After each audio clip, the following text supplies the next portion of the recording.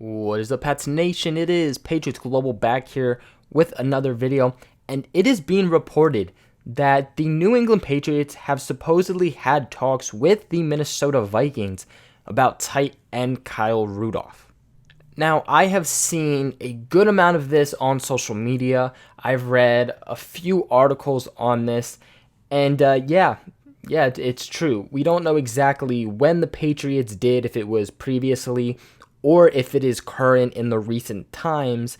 But at some point, the Patriots were talking to the Minnesota Vikings about a potential trade for Kyle Rudolph.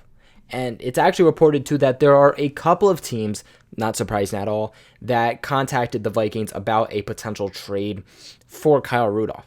Now, the interesting thing here is that reports also came out later in the week last week, that the Vikings actually offered Kyle Rudolph a 5-year contract extension to make him one of the highest paid tight ends in the league, which is really shocking. One, because he is not that talent where he should be paid as one of the best. He's really good, but he's not one of the best, and the stats show that. But two, you just went and you drafted Irv Smith in this past draft, so it's a very interesting thing that they offered him a contract like that. Now, the only thing that has been said is that the two sides have talked. There has been some people that have been confused, people that think that the trade is happening, that the trade has already happened or is occurring, and that's not it. All they have done is talk. That doesn't even mean he's going to be a Patriot. It just means two sides have talked about a potential deal. But this is the first time that the two have actually been legitimately linked to each other outside of pure speculation, that meaning media speculation, fan speculation. Now, this would make a lot of sense for the Vikings to do, not necessarily to just trade him to the Patriots, but to trade him in general, as the Vikings need cap space, and trading Kyle Rudolph would clear up about $7.6 million in cash. With that being said, the Patriots currently have around $3 million in available cap, but that does not put in the fact of them signing Danny Shelton, so they are below $3 million now at this point. And to bring up a like $7.6 million contract for a guy who I believe is in contract year doesn't make too much sense. Look, earlier in the season, I would have said, yes, it makes sense, go do it. Because like I mentioned, okay, he is not elite. He is not a Rob Gronkowski, Travis Kelce, George Kittle type of tight end, but he is a very good tight end who can really help a team in both blocking and actually catching in the pass game. But the Patriots have added Ben Watson, a guy who knows the Patriots system, who they're getting on a 1-year very good deal, and could be getting a similar thing between Ben Watson and a Kyle Rudolph. So there's not, again, too much point there. You also have Austin Seferian-Jenkins and Matt LaCosse. Those are three tight ends straight there off the bat that personally I feel the Patriots would be okay with. They could get past pretty finely with a Ben Watson, Austin Seferian-Jenkins, and a Matt LaCosse, but that also goes with none of them getting injured, which is kind of inevitable. Now, to me, I wouldn't even mind the Kyle Rudolph trade if it was not for the money. The money just does not make sense. Kyle Rudolph would be coming here and would become a starter, and again, you have then a lot of questions. Now, when the Patriots have a need going into an offseason, they seriously address the need. Like, they will bulk up at that position. They will do some crazy trades and some signings, guys that you would expect to be starters, but they will have so much depth at that position that ultimately guys who should be starters would get released. They've done it with offensive line. They're doing it right now with one offensive line again, but two wide receiver.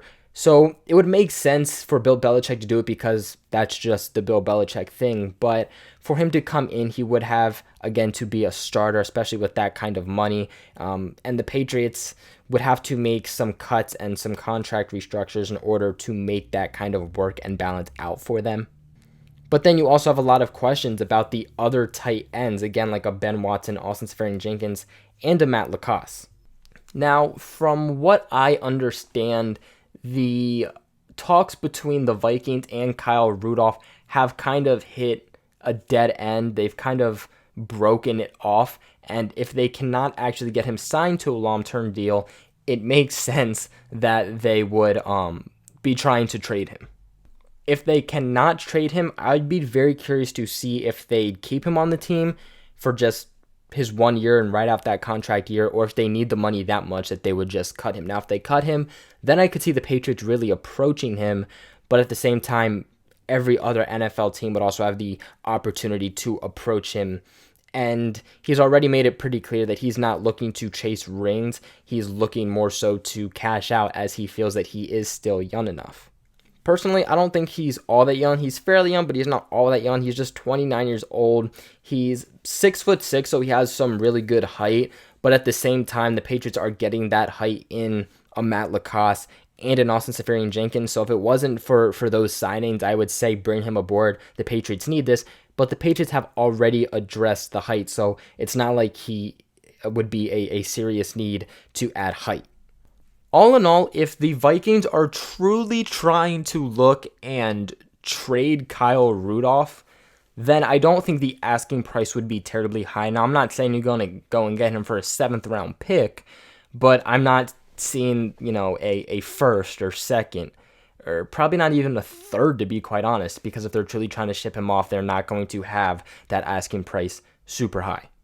If the Patriots do end up making this trade, which I do feel is not necessarily a long shot, but it's not as likely as I think some fans are thinking or hoping, I would definitely have some mixed feelings. I would like it for depth purposes and the fact that he is a good tight end and he has been proven. He's been a starter. He knows what he's doing. But really, it just comes down to the money. I don't like the money that he would have to come and bring aboard. But really, that's it for today's video. What are your guys' thoughts on these potential Kyle Rudolph and the Patriots engaging with the Vikings about that potential trade? Let me know in the comments below. Also, make sure you guys like and subscribe. It helps me, the channel, and even you guys out very, very, very much. Make sure you guys share this video with everybody who knows we got the Patriots Global family. And other than that, I will catch you guys in another video.